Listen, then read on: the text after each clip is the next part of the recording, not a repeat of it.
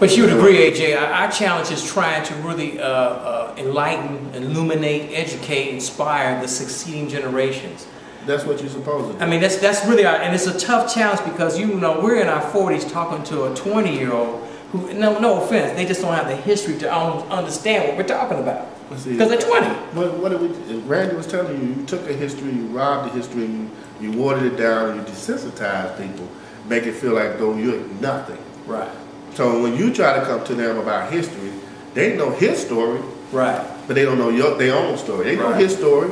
He's giving them his story, and that's what Jeremiah Wright said. The thing he said, people in the revolution, whoever wins the revolution, gets to write the story, not the people who lose. Right. And the tears of the trial of tears and all that other stuff. How many Indians? You know, first they said the Indians scalped white folks. They were the ones that were decapitating the white people. And you come to find out, scalping was done by white folks, $25 a head. So that's how it goes. The same way with us. Once you put the word minority in the fold, it took all black men out. You see, it was supposed to say all white men out, but it took all black men out because it didn't emphasize black men. So black men was offered one thing, the penal system. That's the only job they want you to have. And as far as getting caught up in the game, Farrakhan told you it's a trick, as the old pimps would say, trickeration. Now I gotta understand trickeration. You say you can't work for $3.50, but once you do that first crime and they send you to the penal system, you're gonna be working for $3.50 the rest of your life till you 65, and you still ain't gonna get a Social Security check. So it's no way out or around a systemic racism. It's the only way you can do it is revolution. That's just revolution. Ooh. But can we have check this out. Everybody that changed the government had to overthrow that government. Right. You never change the government on a Democrat or Republican. Tell me, I want to work because they're the same. But the Negroes will tell you, I need to get inside the government to work to change things from within. That don't work, right? The classic example of not working was Thurgood Marshall. And all the times he did his jurisprudence, he used to say King that was wrong for marching and all this. So when he won his cases, he won the Brown versus Board of Education cases in '54, which laid the bed for the civil rights, the Montgomery bus boycott. So they kept on giving him, or he kept beating them in that oral arguments at the Supreme Court. So what did they do? They gave him a judgeship. Exactly. So once he got the judgeship, they paralyzed him. Right. He was because now he's 1 against 8. Right. All he can do is write dissents. Right. And once you write dissents, all he can do is that's his opinion. Right. Opinion is like what? Nothing. Assholes. Everybody got one. Everybody got one. Yeah. So you understand what I'm saying? Wow. So you neutralize us. Same way with Barack. Same way with King. They see Barack, he's moving people. Right. Oh no. We'd rather see him be a president than have him sitting up in the Senate and being a social conscious. Right.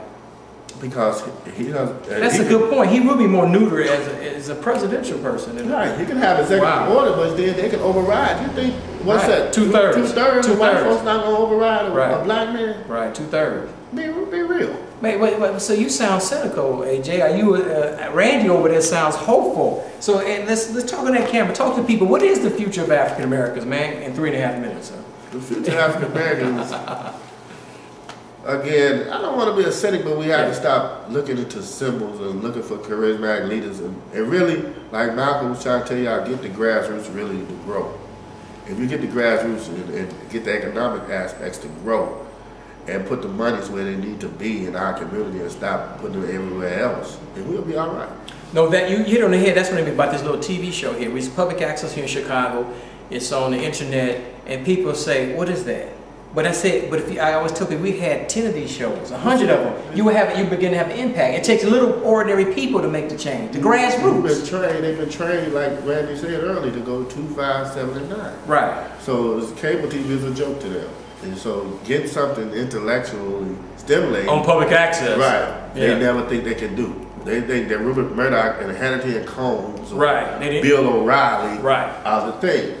And CNN, Glenn Beck, and Anderson Cooper, and they get white folks' opinion of how black folks should live. You know what? See, I forget. See, I'm on the other side. People know what I do for a living. I'm a limo driver by trade. That's what I do for a living. So I meet famous people all the time. And when I go to schools, I tell the children, I love meeting the celebrities, but it's corny. They're regular people. So we see these folks. I met Barack Obama. We met all these folks. And you're like, woo. And then when you meet them, you're like, they're regular people. So people, I think the average person, these young people understand how much power they have. How much brilliance. You got to get the grassroots to grow. I like that. So once again, how do we get those grassroots to grow? Like Randy said, we have to start investing in them. Invest in time.